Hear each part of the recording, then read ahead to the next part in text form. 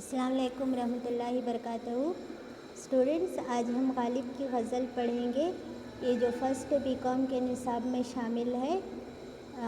غالب کا تعارف مختصر سا کریں گے۔ اس سے پہلے اسد اللہ خان ان کا نام، غالب تخلص، آگرہ میں 1797 عیسوی میں ان کی پیدائش ہوئی۔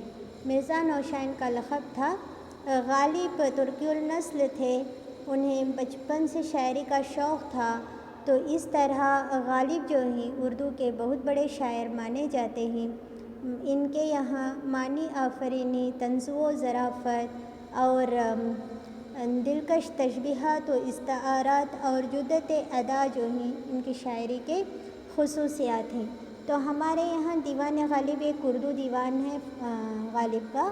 اس کے علاوہ ان کے خطوط کے مجموعے بھی جو ہیں بہت زیادہ پائے گئے ہیں، جیسے عود ہندی، اردو معلیٰ وغیرہ۔ تو غزل پڑھیں گے ہم غالب کی۔ ہر ایک بات پہ کہتے ہو تم کہ تو کیا ہے، ہر ایک بات پہ کہتے ہو تم کہ تو کیا ہے، تم ہی کہو یہ انداز گفتگو کیا ہے۔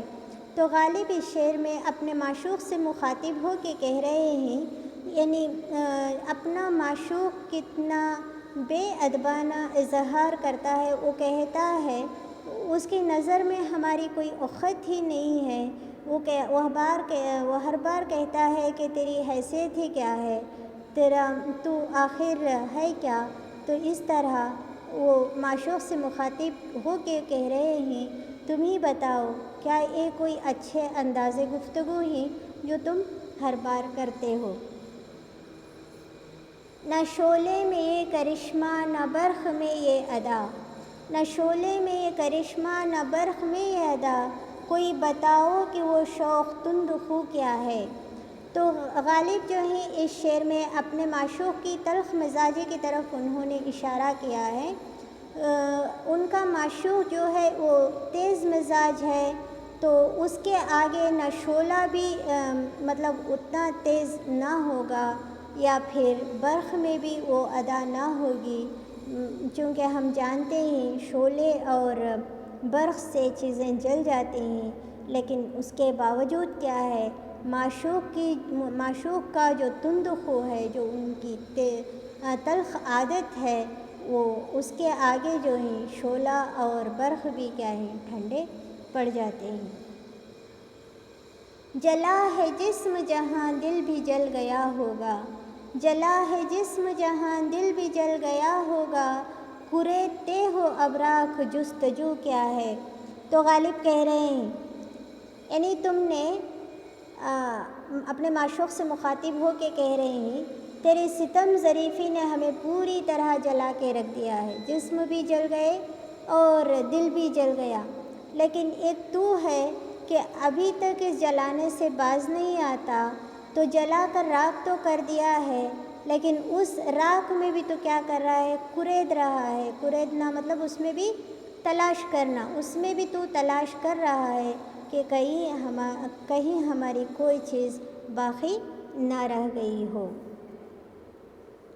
رگوں میں دوڑنے پھرتے کہ ہم نہیں خائل، جب آنکھ سے ہی نہ ٹپکا تو پھر لہو کیا ہے۔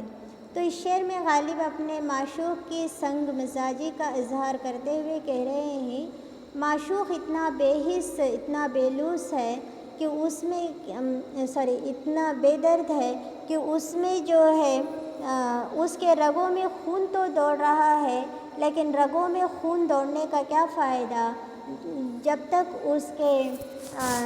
اسے درد کا احساس نہ ہو، اس کے آنکھوں میں آنسو نہ آئے۔ ایسا کون ہے جس کو میری حالت دیکھ کر خون کے آنسو نہ بہاتا ہو۔ تو یہ شاعر کا کہنا ہے۔ وہ چیز جس کے لیے ہم کو ہو بہشت عزیز، وہ چیز جس کے لیے ہم کو ہو بہشت عزیز، سوائے بادِ گلفام مشک بو کیا ہے۔ تو یہاں شاعر کا کہنا ہے، ہمیں جو چیز پسند آئی ہے، مطلب بادہ و گلفام یعنی گل جیسے رنگ کی شراب، یا مشک بو اس کی خوشبو، تو یہاں پر عشق جو ہے وہ شاعر کے لیے وہ شراب بنی ہوئی ہے جس کے باوجود کیا ہے انہیں بہشت کی بھی کوئی اہمیت نہیں ہے۔ تو اس طرح کہہ رہے ہیں ہم اس چیز پہ مرتے ہیں، یعنی بادہ و گلفام ہمارے لیے بہشت پر بھی فوقیت رکھتی ہے۔ تو امید ہے اسٹوڈنٹس آپ کو سیشن سمجھ میں آیا ہو۔ اللہ حافظ۔